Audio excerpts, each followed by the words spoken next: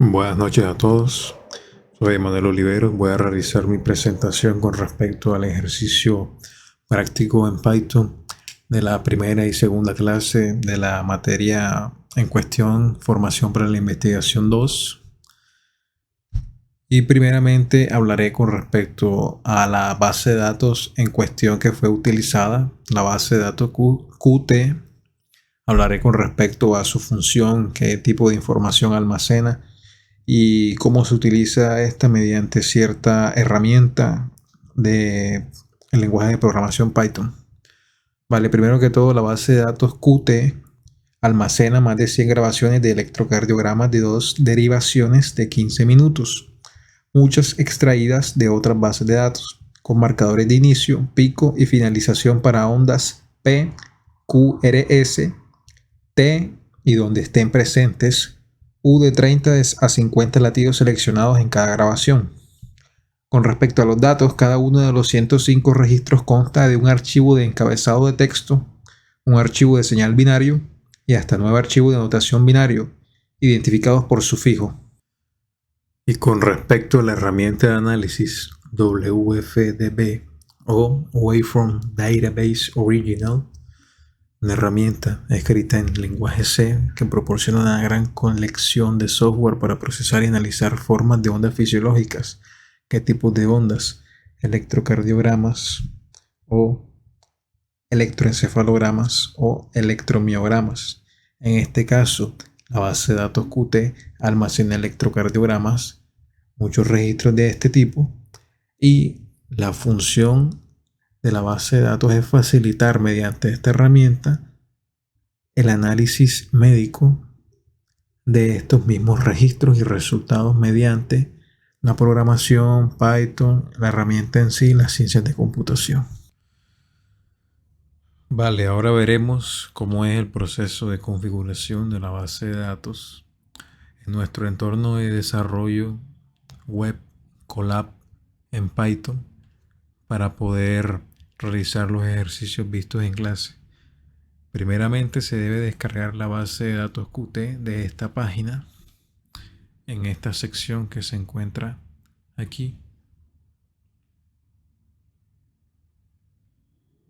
Aquí que dice descarga el archivo zip de 83.1 megabytes.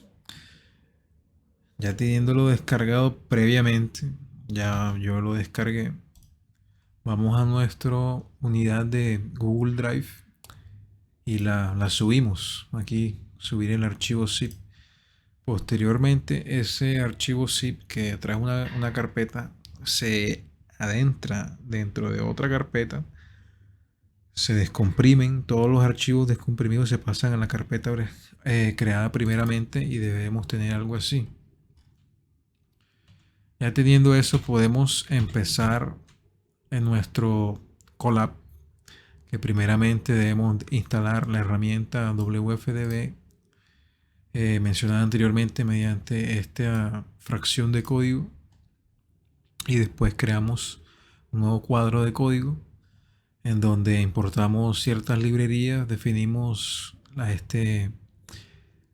una matriz por el archivo cel100 que es el que está dentro de la base de datos, pero primeramente se debe enlazar con Google Drive en esta opción de acá y después subir la carpeta Qt con los archivos y escribir la ruta mediante esta línea de código en la que se asignan estas dos variables al archivo en Drive, y esta de aquí es la ruta. En esta opción podemos ver acá copiar ruta,